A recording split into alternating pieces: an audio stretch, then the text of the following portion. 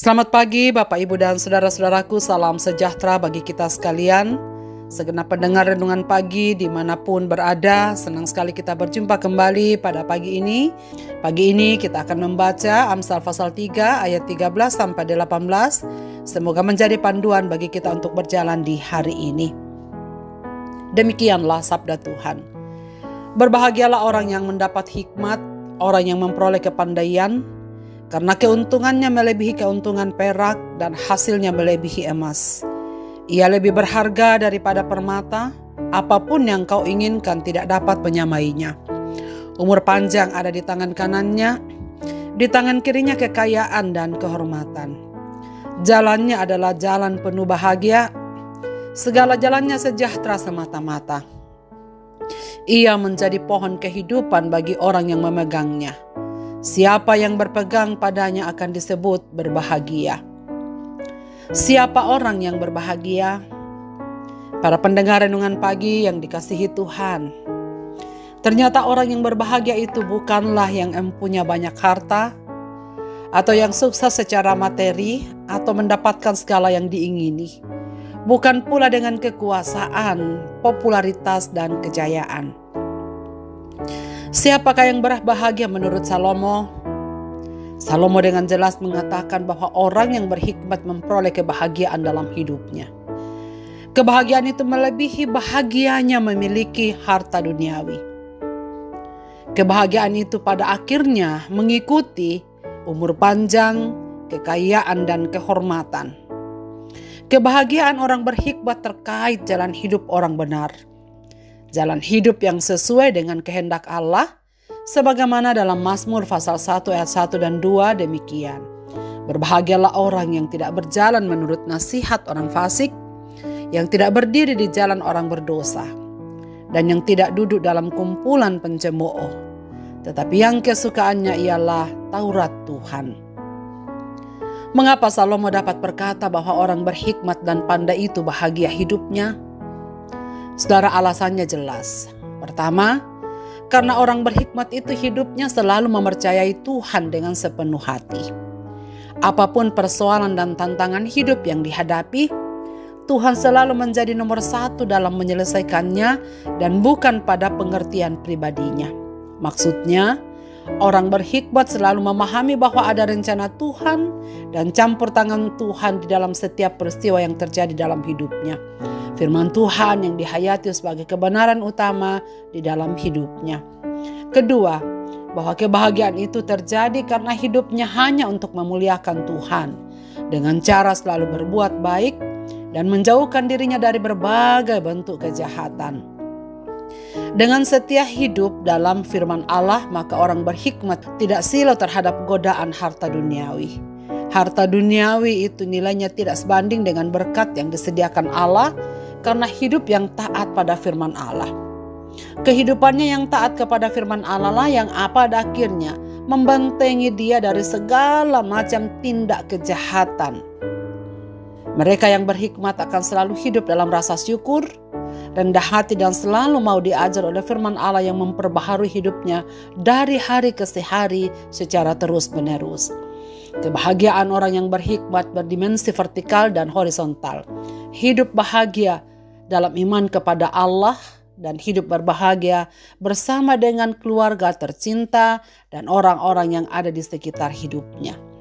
Saudara-saudaraku, para pendengar renungan pagi yang dikasihi Tuhan, sayangnya banyak orang begitu ambisi mengejar kekayaan, pangkat, dan jabatan duniawi, serta mengorbankan apa yang penting dalam hidup mereka.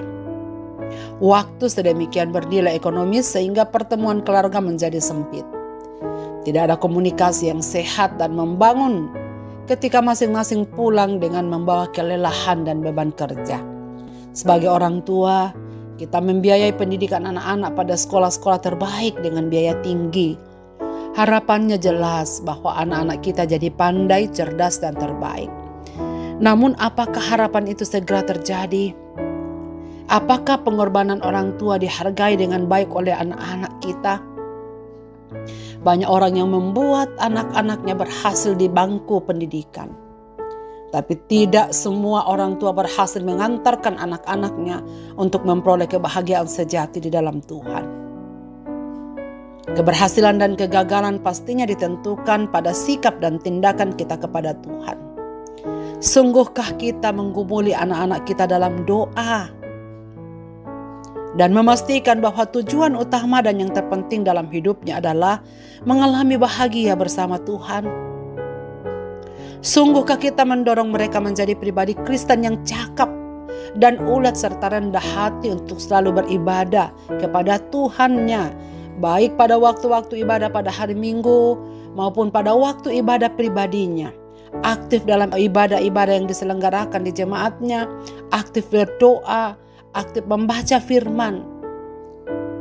Karena sukses dalam karir tanpa pimpinan Tuhan bisa membuat anak-anak kita hidup dalam dunianya sendiri dan mengabaikan ketaatan hidup kepada Allah. Dan ketika mereka hidup tidak taat kepada Allah, di sanalah musuh kebahagiaan itu sendiri. Sudah seharusnya kita semua peduli tentang masa depan generasi muda kita dan anggota keluarga yang masih mengutamakan kepentingan daging daripada kehendak Allah. Saudara-saudaraku, kebahagiaan itu adalah pemberian Tuhan bagi siapa saja yang mencari kemuliaan Allah. Kebahagiaan tidak dibangun di atas pertengkaran dan kekerasan hati.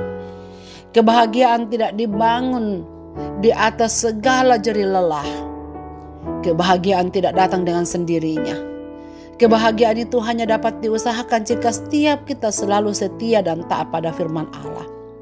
Firman Tuhan bukan sekedar ayat tempelan atau ayat hafalan sesuai dengan yang kita ingini.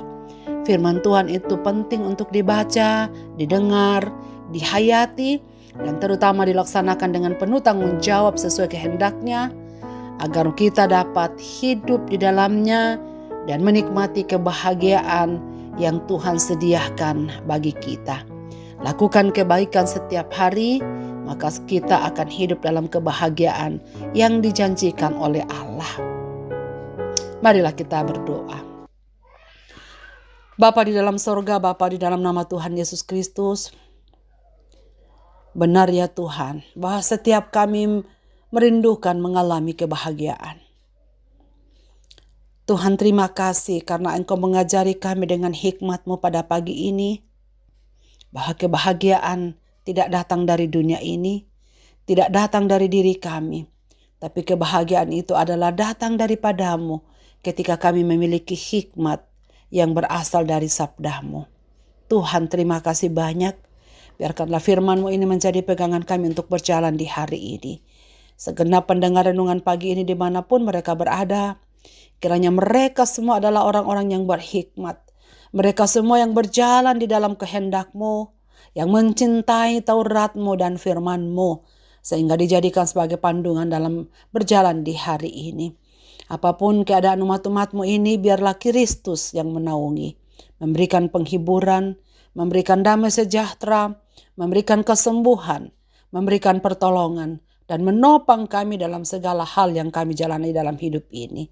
Peganglah tangan kami ya Tuhan, agar kami senantiasa berjalan di jalan yang Tuhan mau, supaya kebahagiaan yang Tuhan janjikan kepada mereka yang takut akan Engkau juga menjadi bagian kami.